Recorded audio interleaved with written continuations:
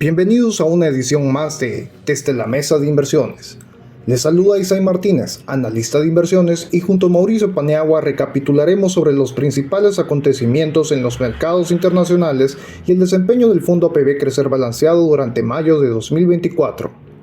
En el mes, la mayoría de los activos internacionales en los que invierte el fondo APB presentaron modestos retornos.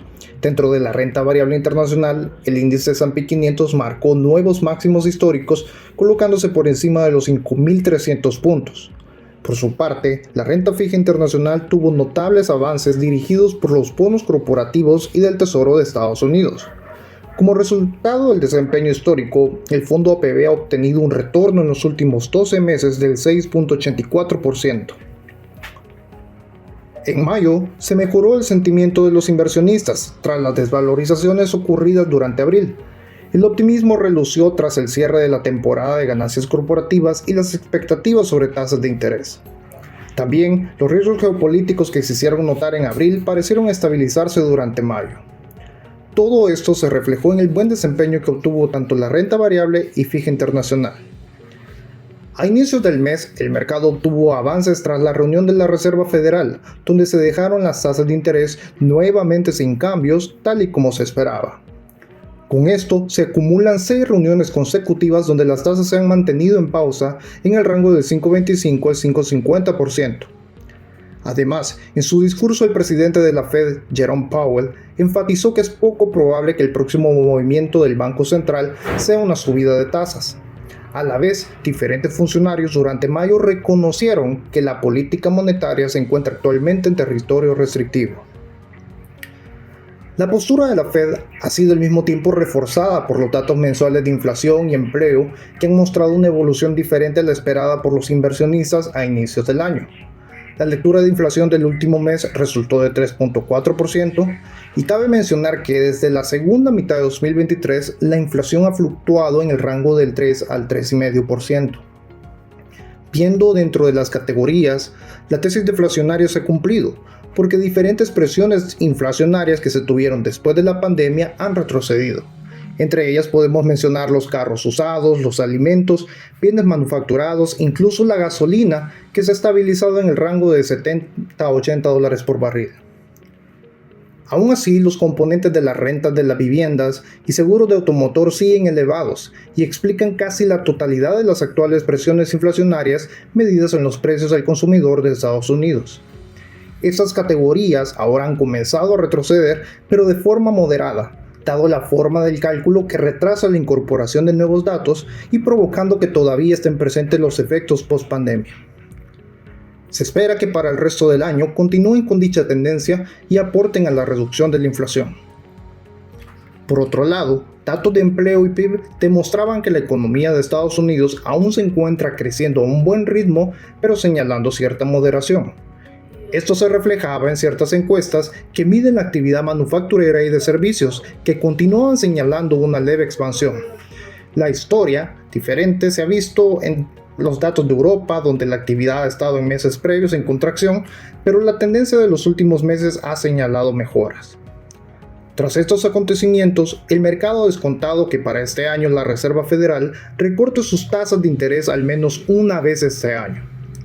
Dicho escenario ha sido congruente con los comentarios de los funcionarios de la Fed que han señalado cautela y que seguirán dependiendo de los datos económicos que se vayan publicando.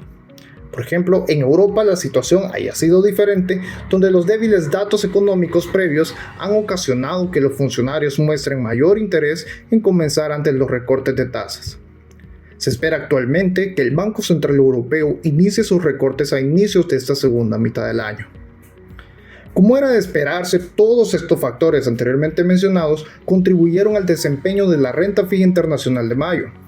Los retornos fueron dirigidos por los movimientos presentados en el rendimiento de los bonos del Tesoro a 10 años. Durante abril, ese activo presentó considerables desvalorizaciones, luego que llegara a cotizarse con un rendimiento del 4.70%, mientras que en mayo se recuperó cuando se estabilizó alrededor del 4.40%. Dentro del espectro corporativo, los bonos con grado de inversión de Estados Unidos y los bonos de mercados emergentes lideraron los avances durante el mes. Los reportes de ganancias corporativas reflejaron que buena parte de estas compañías que emiten bonos poseen finanzas saludables, que les permite cumplir con sus compromisos de deuda, y las calificaciones crediticias han mejorado recientemente a pesar de las actuales elevadas tasas de interés. Además, la expectativa que se mantiene es que el próximo movimiento para la Reserva Federal sea llevar las tasas de interés a la baja. Con todo esto en mente, aprovechamos durante mayo a tomar ciertas ganancias en la renta fija internacional. Finalmente, dentro de las inversiones en renta fija local, las tasas de interés locales han seguido elevadas. Las necesidades de liquidez y un contexto internacional de tasas altas han sustentado el desempeño de este activo. Además, la naturaleza de estas inversiones ha contribuido a estabilizar la volatilidad del resto de los activos internacionales.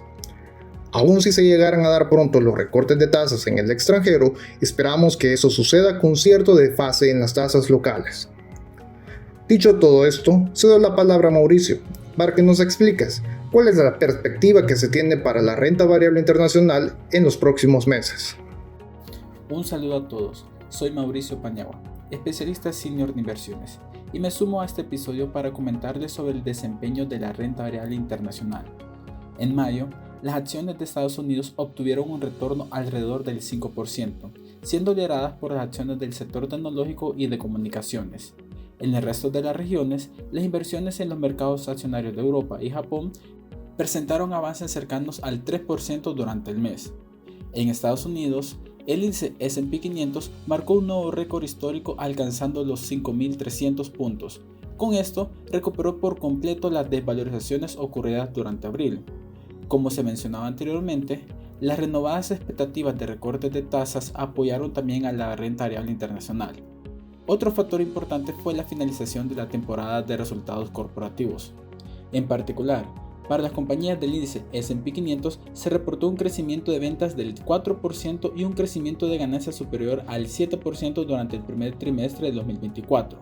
Además, más del 65% de las compañías que reportaron ganancias fueron superiores a los pronósticos previamente realizados por los analistas. Un foco importante estuvo dentro del grupo de compañías conocido como los 7 Magníficos, que han explicado casi la totalidad de los retornos del S&P 500 obtenidos durante el año. Dentro de este grupo, todos excepto Tesla superaron las expectativas de ganancias de los analistas. En particular, Amazon, Microsoft, Google y Meta registraron un crecimiento de ventas de doble dígito. Para el caso de Nvidia, su crecimiento en ventas y ganancias fueron de triple dígito. Cabe resaltar que esta compañía ha sido seguida bastante de cerca por los inversionistas dada su relevancia en la fabricación de microchips usados para la inteligencia artificial.